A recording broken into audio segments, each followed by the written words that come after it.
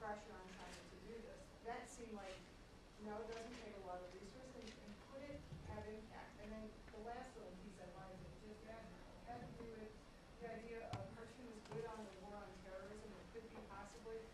That's what the administration is saying. Yes, and I tried to figure out for myself how I could understand 300,000 deaths or 70,000 deaths, and I matched it up with the 3,000 who died in 911. Came up with, okay, this is like what, 50, 100 times. Our 911 in a location so much smaller over the span of a year, and so it's like, what are we waiting here? It just doesn't make sense. Hey, I could speak to that question.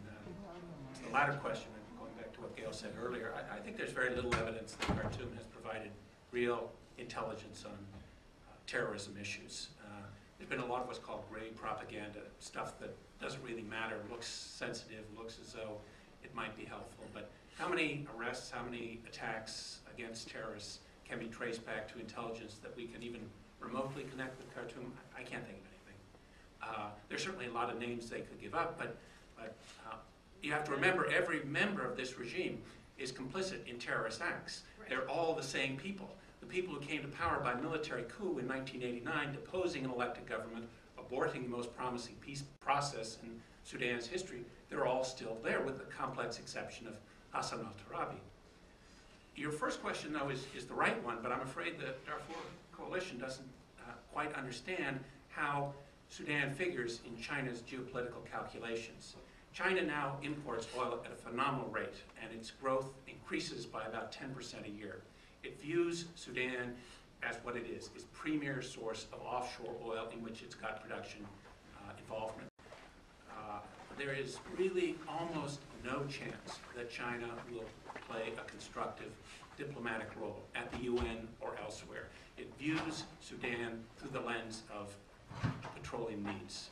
It has been extraordinarily ruthless in exploiting oil in southern Sudan, both in eastern Upper Nile and western Upper Nile province. There is not a shred of evidence that I have seen that the Chinese will do anything but continue to consider Sudan in exclusively strategic terms. As long as that's the case, it's very, very difficult to get them to do anything right with respect to leaning on the regime to moderate its actions in Darfur. Just a quick PS on that, and I agree. But the other piece of diplomacy is not just putting pressure on, it's making deals and trades. And I think that there's probably less than a 5% chance that China would change its policy for the reasons that you just articulated. But I think it's worth playing at that 5% and figuring out what does China want strategically and big time from the United States that would allow them to even contemplate doing anything constructive on Sudan. Now that may not work. I think chances are better than even that it wouldn't. But I think there's a moral obligation to pursue that.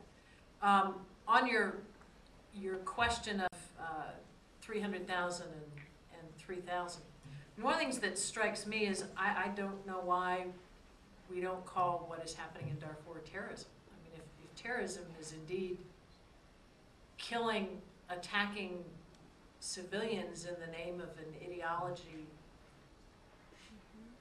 I mean, the multiple definitions of terrorism that have been used by this administration, I walks like a duck, talks like a duck. I think the sad truth is, and increasingly I think in recent years, we have become so insular, including I think because of the worldview that the current administration has, that the notion that these millions of deaths overseas means something to us is more distant than it used to be. And I was listening to some of the coverage of the Chiavo case last night before I lost my mind and had to turn it off. And the number of reporters, particularly, and commentators, particularly on Fox, but also on CNN, who said repeatedly, things like this don't happen in America. Like they happen in England, or they happen in Kenya, or they happen in Vietnam. I mean, so I really do think that if you look at our practice, 3,000 Americans, probably worth even more than 300,000 Sudanese, to be perfectly plain. At the end of the day, that's exactly what it is. There's nothing else to call it. Okay. I just want to add one thing if possible. In terms of terrorism and China, there is no difference between domestic terrorism and international terrorism. This regime in Sudan, who first tried to export tourism from Sudan to the neighbor country, when the entire country had fed up with their atrocities. So the first things, and in so many different cities in Sudan now, people being killed for no reason, just to say no for this regime. And Sudanese people has a good experience to overthrow a dictatorship regimes. So sooner or later, China will lose their contracts in Sudan, if tomorrow, so after tomorrow. So Chinese should not rely on this dictatorship regime in Sudan in the long term. So in the long term, the Sudanese people will deny every single access to the Chinese people to invest in Sudan. Well, and I'm sure of that.